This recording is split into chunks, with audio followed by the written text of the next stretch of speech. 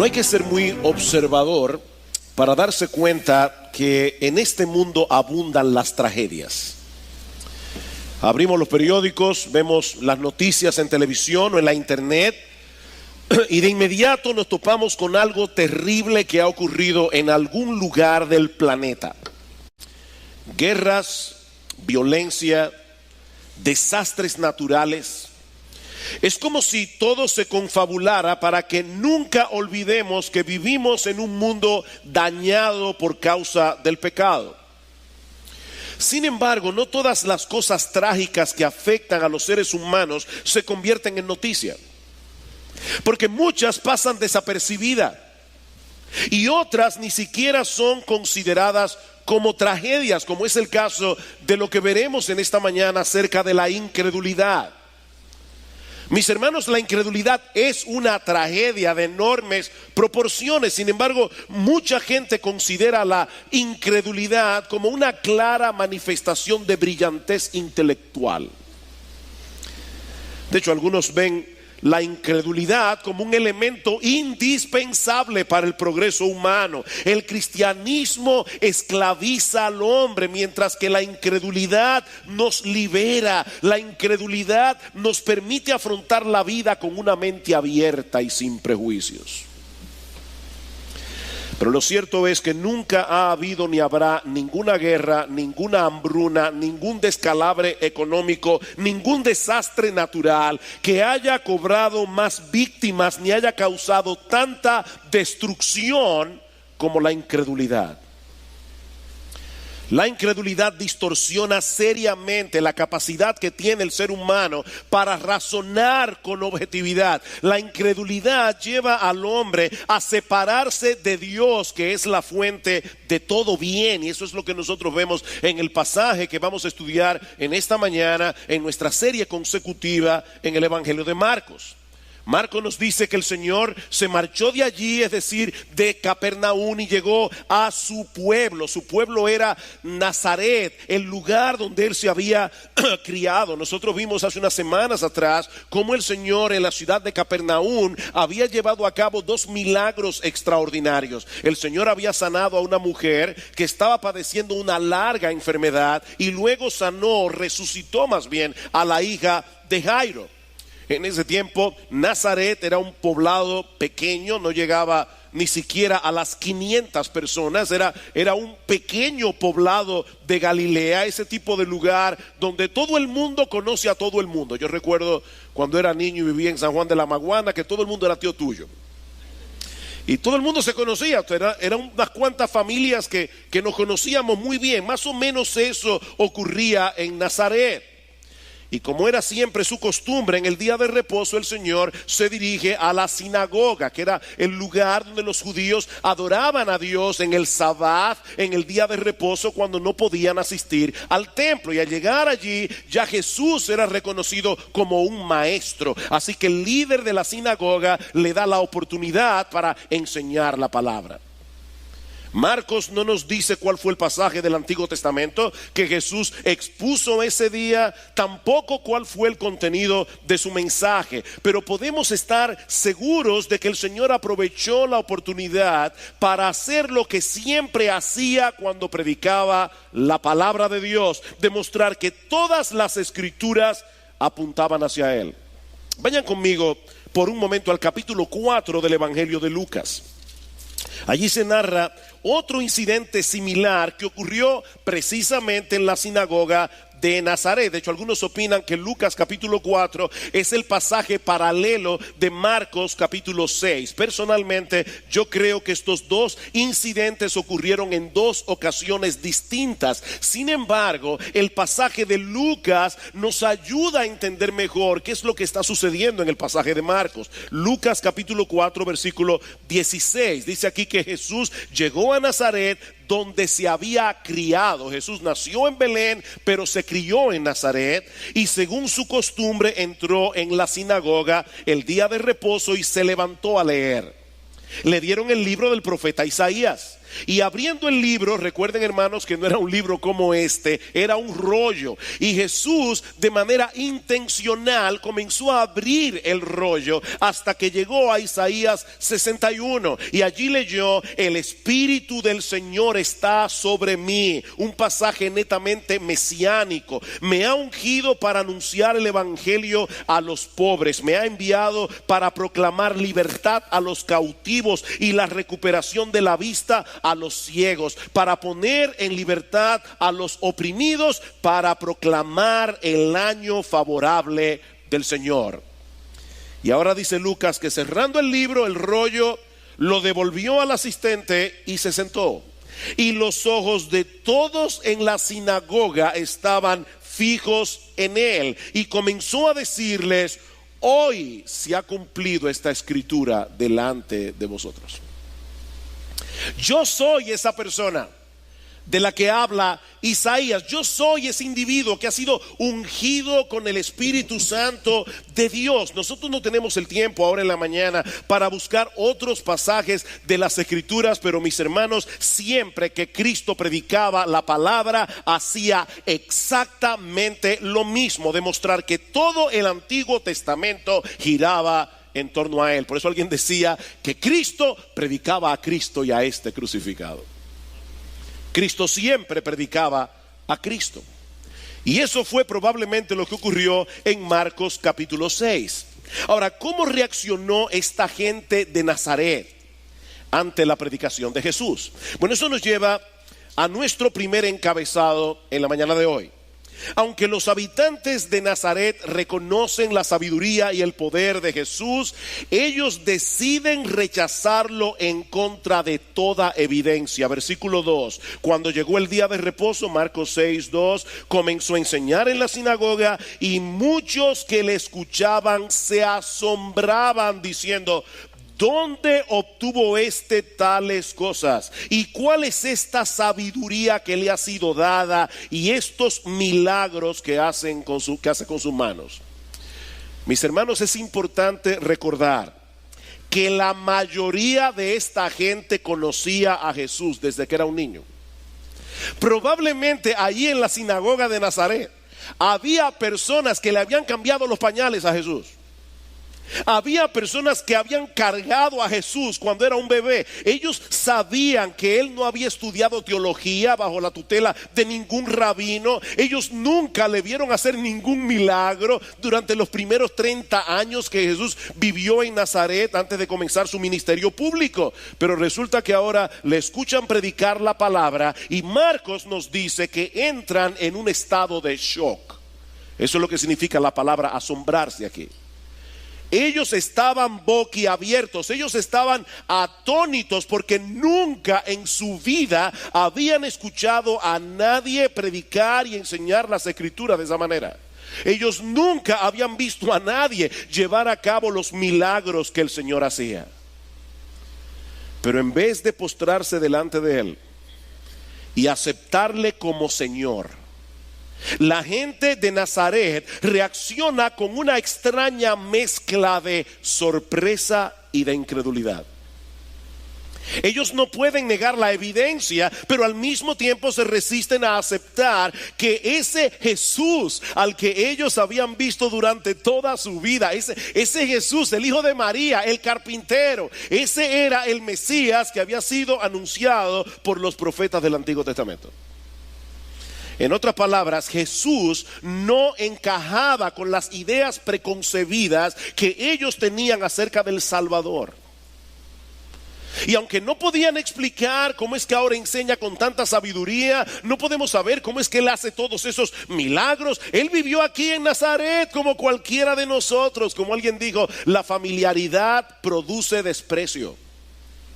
La familiaridad produce desprecio. De hecho, hermanos, eso es algo que vemos a todos los niveles. Hay personas que son muy famosas, que son muy apreciados fuera de su entorno. Y de hecho, hay músicos que murieron en la ruina total porque fueron apreciados muchos años después. Sus contemporáneos no apreciaron su música. La gente que los conoce de cerca los ven con otros ojos. Y eso en parte fue lo que ocurrió con Jesús en la ciudad de Nazaret. Versículo 3: ¿no es este el carpintero? Y ya inmediatamente nosotros nos imaginamos a un individuo, ¿verdad?, con una escala, trabajando con madera. No, la palabra que aparece allí es la palabra griega tecton, de donde viene la palabra arquitecto. Esta palabra lo que implica es alguien que construye cosas con sus manos. Y puede ser de madera, puede ser de piedra, puede ser de hierro. Jesús era un artesano. Jesús era un constructor que hacía cosas con sus manos para la gente de Nazaret. Así que es muy probable que muchas de esas personas tuvieran en sus casas obras de madera, de piedra, de hierro que Jesús construyó para ellos cuando trabajaba en el taller de José. Ahora, por supuesto, lo que está detrás de ese comentario, ¿verdad?, no es la habilidad que Jesús tenía para hacer cosas. Lo que ellos querían resaltar era que en la perspectiva que ellos tenían de Jesús, Él era un hombre común y corriente. Él era un artesano ordinario de Nazaret. ¿Cómo es posible que un individuo tan ordinario ahora pretenda ser el Mesías del que hablaron los profetas? Pero el asunto no termina allí. Versículo 3 otra vez. ¿No es este el carpintero, el hijo de María? Hay un lector occidental del siglo XXI, este comentario puede parecerle inocente.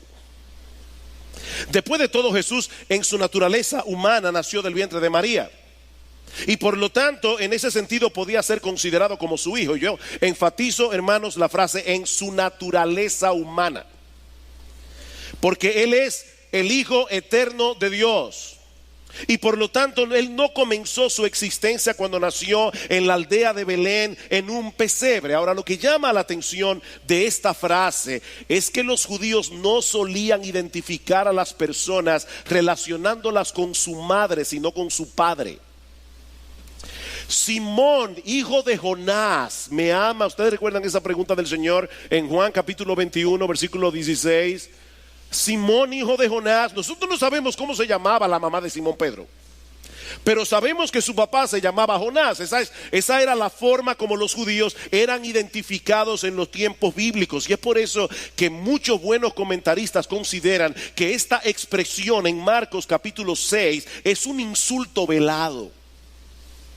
Es como si Jesús hubiera sido un hijo ilegítimo. María dice que ella salió embarazada milagrosamente, pero lo único que nosotros sabemos es que José no era su padre natural. De hecho, hubo una ocasión en Juan capítulo 8 versículo 41 en que algunos judíos se sintieron ofendidos por algo que Jesús había dicho, y ellos le dijeron abiertamente: nosotros no somos hijos de fornicación. Como, ¿verdad?, implicando revisa tú tu linaje, revisa tú tu origen y quién fue tu papá, porque nosotros no somos hijos de fornicación. Así que, hermanos, esta gente veía a Jesús como un hombre común y corriente, como un hombre ordinario, y posiblemente lo veían como un bastardo de la ciudad de Nazaret. Pero el versículo 3 añade un detalle adicional, y es que los hermanos de Jesús también eran conocidos en la ciudad. Versículo 3: ¿no es este el carpintero, el hijo de María, hermano de Jacobo, José, Judas y Simón? ¿No están sus hermanas, o sea que era más de una, ¿verdad? ¿No están sus hermanas con nosotros? Y se escandalizaban de él. De paso, hermanos, por más que la iglesia católica romana se empeñe en querer defender la perpetua virginidad de María, lo cierto es que el Nuevo Testamento enseña con toda claridad que Jesús tenía hermanos y hermanas. Y eso no es ningún comentario en contra de María. María era una pecadora salvada por la gracia de Dios, pero era una mujer piadosa, y no deja de ser piadosa por el hecho de haber tenido hijos, porque los tuvo con su esposo. Así que Jesús tenía hermanos, Jesús tenía hermanas. Jesús sabía lo que era querer ir al baño y estar la puerta cerrada. Él sabía lo que era querer ocupar una cama y hay alguien ahí durmiendo siesta. Él sabía lo que era eso. Por Juan capítulo 7 versículo 5 nosotros sabemos también que ninguno de sus hermanos creyó en él hasta después de su resurrección. De hecho, En Marcos capítulo 3 versículo 21 dice que en una ocasión sus hermanos fueron con María a buscar a Jesús en la casa donde él estaba predicando, porque ellos pensaban que él se había vuelto loco. Así que, hermanos, Jesús era demasiado conocido en Nazaret para que lo tomaran en serio. Demasiado conocido. Ahora, yo quiero proponerles en esta mañana que esa misma familiaridad agravaba el pecado de esta gente en vez de excusarlo. Yo estaba tratando de imaginarme la escena. Jesús en Nazaret. Mis hermanos, estas personas llegaron a conocer a Jesús en todas las etapas de su vida. Y en el caso particular de sus hermanos, ellos compartieron íntimamente con él en muchas situaciones distintas. Y ellos tenían que haberse dado cuenta de que Jesús era diferente. Recuerden que Jesús es Dios hecho hombre. Y como hombre, él era en todo semejante a nosotros, excepto una cosa: él no tenía pecado. Él era sin pecado. Jesús nunca dijo una mentira a lo largo de toda su vida. Nunca. Jesús nunca manifestó el más mínimo rasgo de orgullo o de egoísmo. Jesús nunca hizo trampa jugando con sus amigos. Nunca se fijó en un examen. Jesús nunca desobedeció a sus padres terrenales, nunca, ni en la más mínima cosa, aunque él era el Hijo de Dios. Él fue como hombre sencillamente perfecto. Y la perfección difícilmente puede pasar desapercibida en un mundo tan dañado como el nuestro. Ahora, no solamente eso, estas personas conocían las escrituras del Antiguo Testamento. Y ellos solo tenían que observar con un poco de atención para darse cuenta que Jesús encajaba perfectamente con la descripción profética del Mesías prometido. De hecho, en este mismo pasaje dice que ellos estaban asombrados por dos cosas: por la sabiduría extraordinaria de Jesús y por los milagros que él hacía. Y esas dos características se resaltan en el Antiguo Testamento como características del Mesías.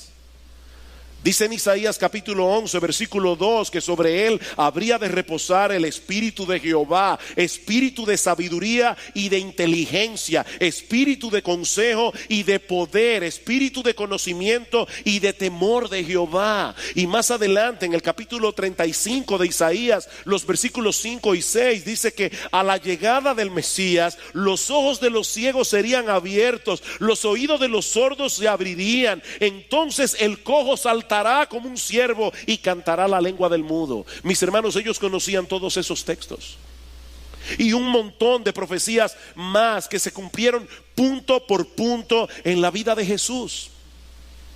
El Señor nació de una virgen en la aldea de Belén, en la familia de David, en el tiempo preciso anunciado de antemano en el capítulo 9 del libro del profeta Daniel. Imagínate que tú tienes que ir al aeropuerto a buscar a una persona que tú nunca has visto ni en foto.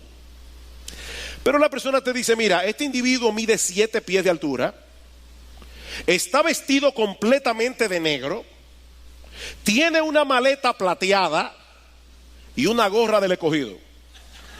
Yo dudo mucho que haya más de una persona que encaje con esa descripción. Cuando tú lo veas, tú vas a saber que es él. Bueno, hermanos, Dios anunció de antemano suficientes detalles como para que los judíos no perdieran de vista al Mesías cuando llegara. Ellos tenían que reconocerlo. Y estos hombres y mujeres de Nazaret, ellos conocían lo suficientemente bien a Jesús como para comenzar a unir los puntos en retrospectiva cuando escucharan su predicación y vieran sus milagros. ¿A ustedes les ha pasado eso? Que en un momento dado ven algo y no les hace mucho sentido, pero luego ven otra cosa y comienzan a pensar en retrospectiva y dicen: ahora entiendo. Cuando ellos vieran a Jesús hablando de esa manera, cuando le vieran hacer milagros, ellos debieran pensar: wow, ahora yo entiendo por qué Jesús era diferente. Yo lo veía como cualquier otro niño, como cualquier otro joven, pero definitivamente él era distinto. Pero en vez de hacer eso, estos hombres decidieron ir en contra de toda evidencia porque estaban determinados a no creer en Él. Esa es la gran tragedia de la incredulidad. Las evidencias están ahí, pero el incrédulo ha decidido pasarlas por alto. De hecho, esa es la acusación de Pablo contra toda la raza humana en el capítulo 1 de su carta a los romanos. Pablo dice: ¿por qué necesitamos el evangelio? Porque la ira de Dios se revela desde el cielo contra toda impiedad e injusticia de los hombres que detienen con injusticia la verdad. Hay una verdad que los hombres detienen, porque lo que de Dios se conoce, a ellos les es manifiesto. Dios se lo manifestó, su eterno poder, su deidad, se hacen claramente visibles por medio de las cosas hechas, de modo que no tienen excusa. La tesis de Pablo en este pasaje es que Dios ha dado al hombre suficiente evidencia acerca de sí mismo y le ha dado capacidad para poder interpretar adecuadamente la evidencia, pero el hombre en su pecado ha decidido resistir con injusticia a la verdad. De manera, mis hermanos, que no es por falta de información que los hombres no creen. No es porque los argumentos no sean convincentes. Es porque el incrédulo se resiste a ser convencido por las evidencias. No se trata de un problema intelectual, se trata de un problema moral, de un problema espiritual. Es una rebeldía del hombre. Estos hombres y mujeres en Nazaret se toparon frente a frente con el hombre más maravilloso, con el hombre más extraordinario de la historia. Ellos conocían las profecías del Antiguo Testamento que anunciaban su venida. Ellos se expusieron a la sorprendente sabiduría de Jesús. Ellos vieron el poder de sus milagros y aún así no creyeron. Para esa época ya Jesús había sanado todo tipo de enfermedad, había echado fuera demonios, Cristo había calmado el mar en tempestad, Cristo había resucitado a un muerto, y aún así no creyeron. La alternativa de aceptar a Jesús como Señor es tan odiosa para el hombre incrédulo que él se inventa cualquier excusa para no tener que reconocer lo que es evidente ante sus ojos. La incredulidad, mis hermanos, distorsiona seriamente nuestra capacidad de razonar. Y eso produce en el hombre un terrible y destructivo autoengaño. Mi amigo, si tú estás aquí sin Cristo en esta mañana, tú te estás engañando a ti mismo. Las evidencias están ahí, pero tú has decidido no creer. Y no me salgas, por favor, con la excusa de que la iglesia está llena de gente hipócrita. Pero si tú crees que la iglesia está llena de gente hipócrita, no te preocupes, cabe uno más, ven. Eso no es una excusa. La razón por la que tú no crees es porque no quieres creer. Tú te estás autoengañando para no tener que someterte a la autoridad de Dios. Ese es tu problema. Tú quieres ser tu propio Dios. Si tú pudieras, tú cambiarías el Padre Nuestro: Señor, venga a mi reino y hágase mi voluntad en la tierra como se hace en el cielo. Tú quieres tener el control, pero es Dios que tiene el control en la mano, que tú no lo quieras. Dios sigue siendo Dios, no importa lo que tú creas. Uno de los científicos que más promovió el naturalismo en el siglo XX fue Carl Sagan. Muchos lo recuerdan. En Semana Santa siempre daban una serie llamada Cosmos. ¿Recuerdan eso? Digan que sí, no tengan miedo de revelar la edad. Y Carl Sagan siempre aparecía en cada serie diciendo: el cosmos es todo lo que ha habido, es todo lo que hay, es todo lo que habrá. El naturalismo, para los que no están familiarizados con esa terminología, es la filosofía que enseña que todas las cosas que existen tienen una explicación meramente natural. No tenemos que recurrir al Dios de la Biblia para explicar la existencia del universo. Todo se reduce a un montón de procesos naturales que de manera accidental y fortuita produjeron todas las cosas que existen. Eso es lo que enseña el naturalismo. Carl Sagan escribió una novela titulada Contacto, y esa novela fue llevada luego al cine.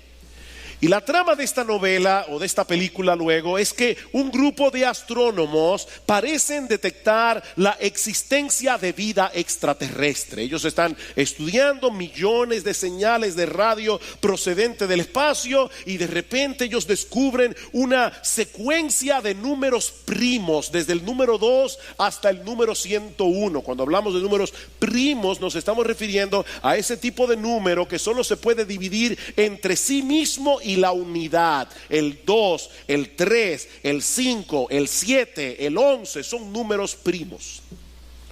De manera que estos astrónomos comienzan a escuchar una secuencia a través de pulsos y pausas que los llevan a entender que alguien está tratando de comunicarse con ellos. Por ejemplo, el número 2 eran 2 pulsos y una pausa. El número 3, 3 pulsos y otra pausa, hasta llegar a una secuencia de 1126 pulsos y pausas que abarcaban todos los números primos desde el 2 hasta el 101. Y por supuesto, es absolutamente imposible que esas señales secuenciales se produzcan en el espacio por pura casualidad. Así que estos científicos tan inteligentes concluyen que tenía que ser producida por seres inteligentes de otros planetas.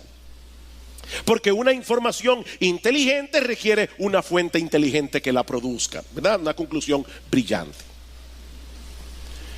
Pero estos científicos naturalistas saben muy bien que no hay que irse al espacio sideral para toparse con este tipo de cosas, porque toda la materia viva que encontramos en nuestro planeta está llena de información, mucho más compleja que la de los números primos. Por ejemplo, todos los seres humanos tienen unos 10 billones, o sea, 1 millón de millones, 10 billones de células.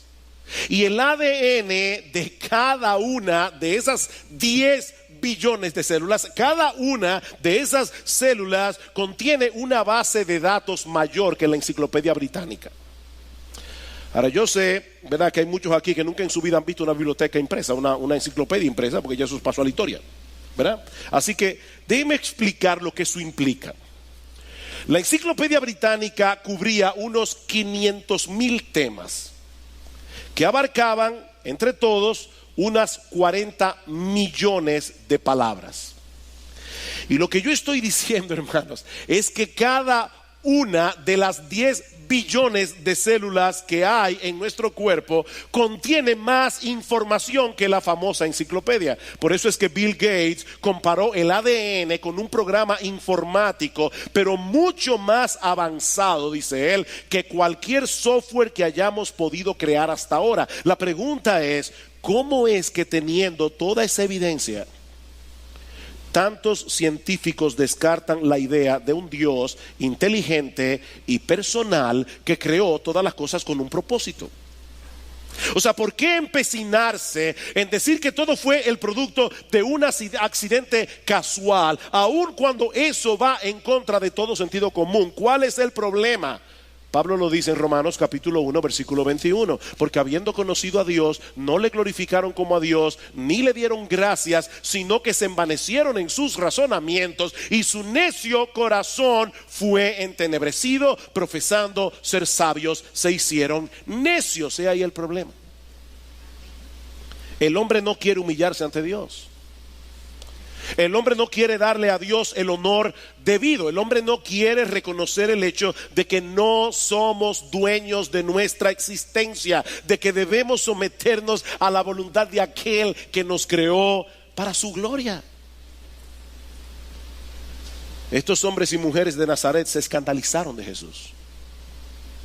Y la idea es que se sintieron profundamente ofendidos. No porque hubiera nada malo en él, sino porque él no encajaba con la idea preconcebida que ellos tenían del Mesías. Ellos esperaban a otro tipo de gente. Y de hecho, de paso, eso también fue profetizado. Porque en Isaías capítulo 53, ¿cómo comienza el profeta? ¿Quién ha creído a nuestro anuncio? ¿Sobre quién se ha manifestado el brazo de Jehová? Subirá cual renuevo delante de él y como raíz de tierra seca. No hay parecer en él ni hermosura. Si tú hubieras podido entrar en el túnel del tiempo y llegar a Nazaret cuando Jesús estaba creciendo allí, cuando Jesús estaba caminando por las calles de Nazaret, tú no hubieras sabido quién Él es. No había nada especial en Jesús. Él no tenía un halo de santidad ni una luz que salía de su cara. Él era un judío como cualquier otro judío de la época. Dice, no hay parecer en él, no hay hermosura. Le veremos más sin atractivo para que le deseemos. Despreciado y desechado entre los hombres, varón de dolores, experimentado en quebrantos. Y como que escondimos de él el rostro, fue menospreciado y no lo estimamos. Lo que ellos estaban haciendo en Nazaret ya había sido profetizado. Tenían las evidencias delante de sus ojos, pero no pudieron verlas porque no las querían ver. Ese es el resultado trágico de la incredulidad. Y de paso, hermanos, nunca olvidemos que mientras estemos en este cuerpo de muerte, aunque seamos creyentes, el principio de la incredulidad todavía está operando allí. Porque muchas veces nosotros también nos hacemos expectativas de cómo Dios debería obrar. Y cuando de repente Dios nos pone el mundo de cabeza y hace las cosas de una manera como nosotros no entendemos, como no lo hubiéramos planificado, entonces inmediatamente se dispara el dispositivo de la duda. De hecho, déjame decirte algo, cada vez que tú entras en un periodo de prueba, lo primero que se dispara no es la fe. Generalmente lo primero que se dispara es la duda, y tú tienes que aplastarle la cabeza a la serpiente de la duda con la fe. ¿Cómo reaccionó Jesús ante la incredulidad de ellos? Eso nos lleva a mi segundo encabezado.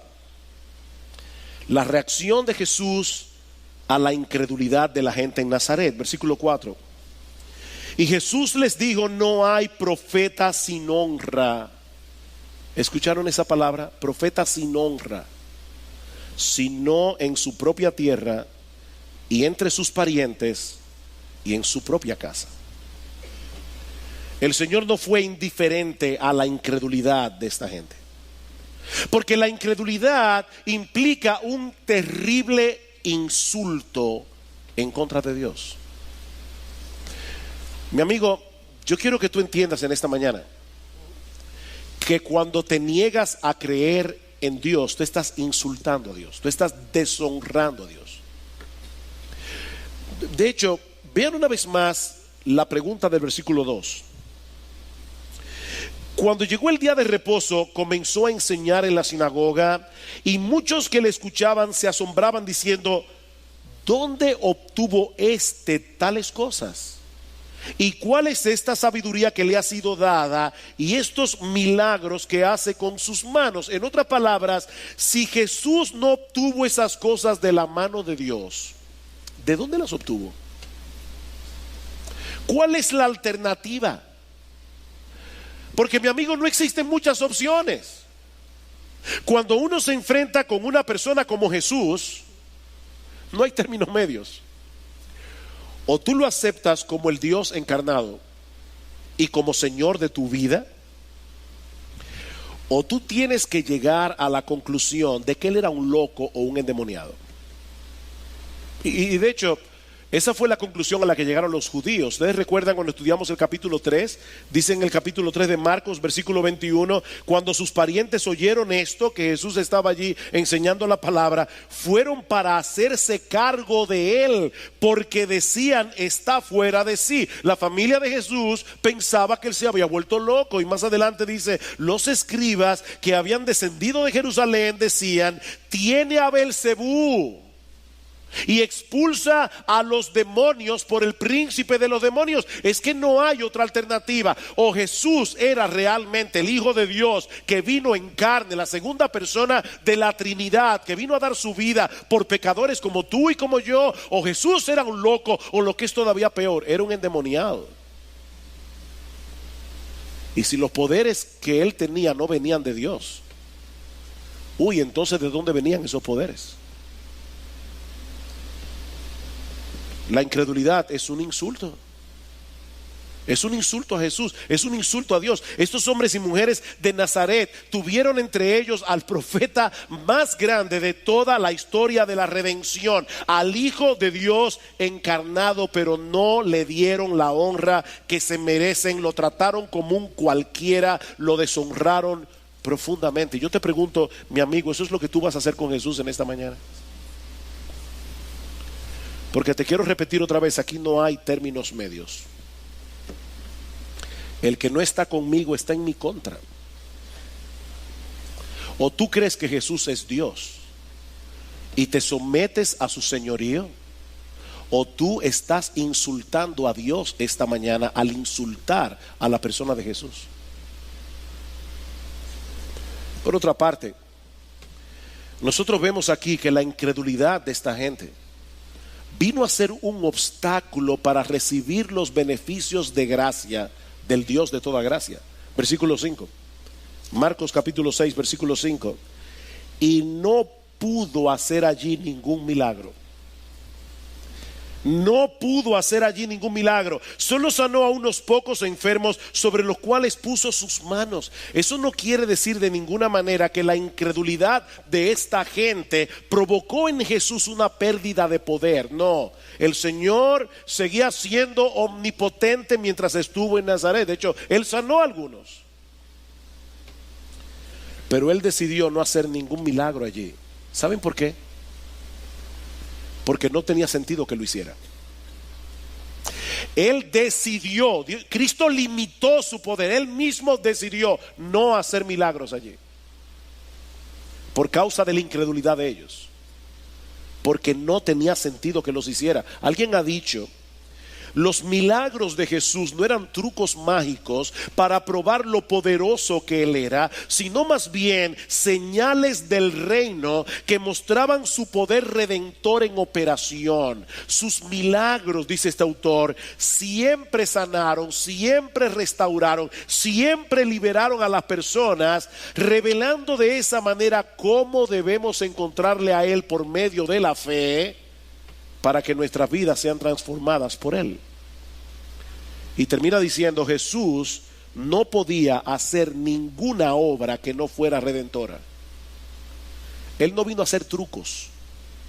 Él no vino a hacer milagros simplemente por el hecho de hacer milagros. La incredulidad no limita el poder de Dios, pero hermanos, la incredulidad nos roba de la oportunidad de ser recipientes de su gracia, porque no tiene sentido recibir un beneficio de parte de Dios que no nos lleve a tener con Él una relación por medio de la fe.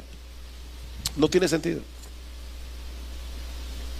Hay mucha gente que van a las iglesias hoy buscando beneficios, buscando salud, que Dios les resuelva un problema económico, un problema familiar. Mi amigo, déjame decirte algo. No es lo mismo querer recibir un regalo que querer tener una relación de amor y de intimidad con el dador del regalo. No es lo mismo. El regalo más grande que Dios tiene para ofrecerte en esta mañana no es tu salud, no es dinero, no es resolverte tu problema económico, no es conseguirte un novio o una novia, no es arreglar tu matrimonio. El regalo más grande que Dios tiene para ofrecerte es Él mismo. Él es el regalo más grande. Así que si tú no lo quieres a Él, no tiene sentido que quieras obtener algo de Él. Por eso Jesús no pudo hacer ningún milagro, porque no tenía sentido que los hiciera en la ciudad de Nazaret. Pero también vemos en este pasaje que la incredulidad de los hombres y de Nazaret causó una profunda tristeza en el corazón de Jesús. Y hermanos, esto es algo que debe golpear nuestro corazón. Ustedes recuerdan la predicación de Carlos Contreras hace unas semanas atrás, cuando él hablaba de lo duro que es para una mujer fiel que su esposo dude de su fidelidad, que su esposo la cele con otros hombres, y esta mujer le dice: wow, o sea, tú piensas que yo soy una cualquiera, que yo soy capaz de irme con otro hombre. Eso hiere una mujer. Bueno, la incredulidad es un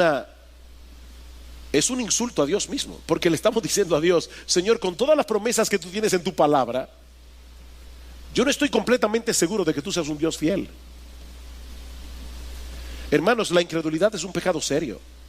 Es un pecado serio a los ojos de Dios. Vean el versículo 6. Estaba maravillado, Jesús estaba maravillado de la incredulidad de ellos. Y yo no creo que la idea es que Jesús lo viera como un fenómeno interesante. Qué interesante que esta gente sea incrédula a pesar de que me conocen desde que yo soy un niño. No, yo creo que la idea del texto es que Jesús estaba profundamente entristecido. De hecho, en los evangelios solo encontramos 2 ocasiones en las que se dice que Jesús se maravilló por algo. En Mateo 8:10, cuando Jesús se maravilló por la fe del centurión. Y en Marcos capítulo 6, cuando se maravilló por la incredulidad de los hombres de Nazaret. Así que Jesús se maravilló por la fe y por la incredulidad. Para el Señor fue muy doloroso ver la incredulidad de esta gente, porque era una manifestación del grado de dureza que había en sus corazones. No olviden que el Señor estuvo rodeado de incredulidad durante todo su ministerio. Esto no era nada nuevo para él, pero en el caso específico de los habitantes de Nazaret, era peor que todo lo que él había visto anteriormente, precisamente por el conocimiento que ellos tenían de Jesús. Mis hermanos, ¿qué aprendemos de esta historia? Amigos que están aquí en esta mañana, ¿cuáles aplicaciones prácticas nosotros podemos extraer de un pasaje como este? Bueno, en primer lugar, que el asombro y la incredulidad muchas veces caminan de la mano. El asombro y la incredulidad muchas veces caminan de la mano. Mi amigo, no basta con sentir cierta admiración por la persona de Jesús. Hay mucha gente en el mundo. Yo recuerdo cuando yo era inconverso y mi mejor amigo de la adolescencia me predicó el evangelio y me preguntó una noche: ¿qué tú crees acerca de Jesús? Yo le dije: yo creo que Jesús fue un hombre muy adelantado para su época. Eso parece un elogio, ¿verdad? Para Jesús eso es un insulto. El asombro y la incredulidad muchas veces caminan juntos.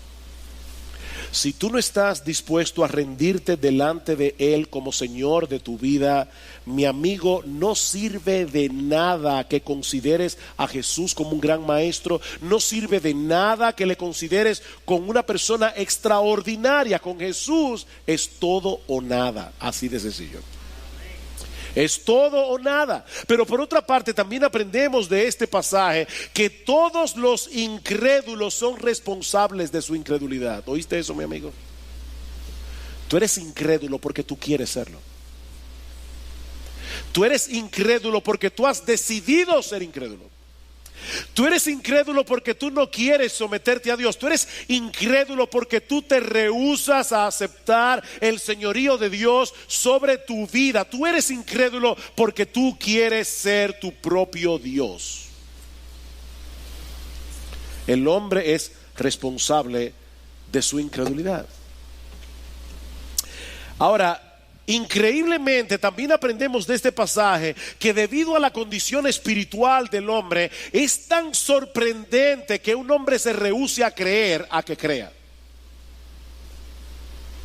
Debido a la condición espiritual del hombre es sorprendente que una persona, un ser humano racional, ante toda la evidencia de Dios, él se rehúse a creer. Eso es sorprendente.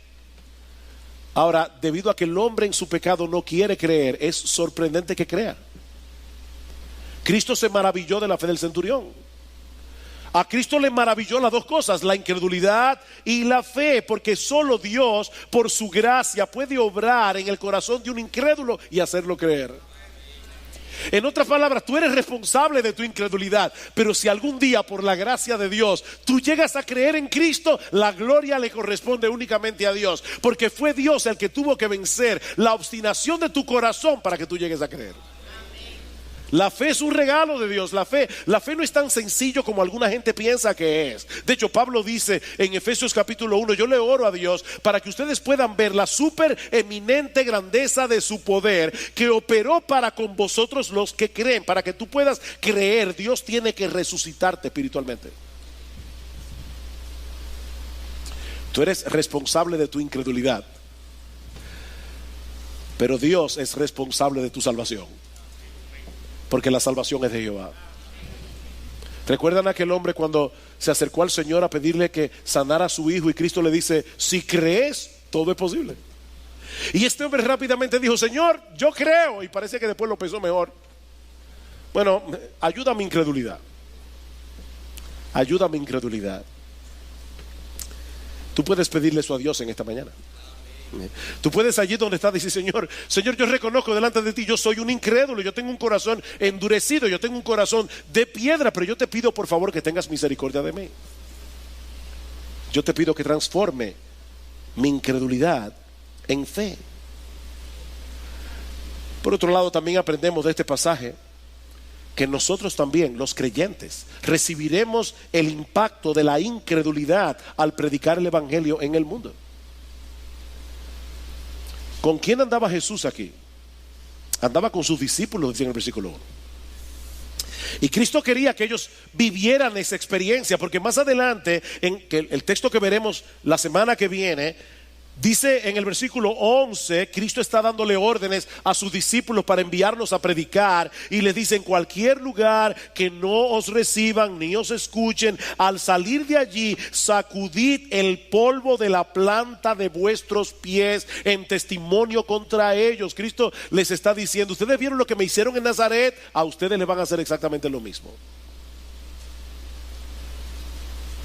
Yo sé que hay muchos de ustedes aquí que oran por sus familiares inconversos y sufren el hecho de tener hermanos, hermanas que no creen en el Señor, padres, madres que no creen en el Señor, esposos, esposas que no creen en el Señor. Mi hermano, Jesús te entiende, porque Él vivió exactamente la misma experiencia, y nosotros vamos a experimentar al predicar el evangelio en el mundo lo mismo que Él experimentó. Ahora, lo último que aprendemos de este pasaje, y esto es glorioso, hermanos, es que la incredulidad puede ser vencida por el poder de Dios. Dice en el versículo 3, ¿no es este el carpintero, el hijo de María y el hermano de Jacobo? ¿Quién es este Jacobo? Este Jacobo no es otro que Santiago, el que escribió la epístola de Santiago. Y dice, ¿no están aquí Jacobo, José, Judas? ¿Quién es este Judas? El que escribió la carta de Judas. Y Simón. Estos hombres que durante el tiempo del ministerio terrenal de Jesús no creían en Él, por el poder de Dios fueron traídos a la fe después de la resurrección. De hecho, vayan conmigo a Hechos capítulo 1. El libro de los Hechos capítulo 1. Versículo 13 dice que cuando hubieron entrado en la ciudad, subieron al aposento alto donde estaban hospedados. ¿Y quiénes estaban allí? Pedro, Juan, Jacobo y Andrés, Felipe y Tomás, Bartolomeo y Mateo, Jacobo, hijo de Alfeo, Simón el celote y Judas, hijo de Jacobo. Todos estos estaban unánimes, entregados de continuo a la oración, junto con las mujeres y con María, la madre de Jesús, y con los hermanos de él. Esos mismos hermanos que no creían en Jesús, aquí estaban en el aposento alto adorando a su hermano como el Hijo de Dios. Y es nuestra oración que en esta mañana todos aquellos que vinieron con un corazón de incredulidad sean también transformados por el poder de Dios, para que salgan por esas puertas siendo creyentes. Jesucristo es el Hijo de Dios. Jesucristo es el Dios encarnado. Jesucristo es la segunda persona de la Trinidad que se hizo hombre para morir por nuestros pecados. Y en base a su obra redentora, ahora el Evangelio te ofrece salvación y vida eterna únicamente por medio de la fe en Él.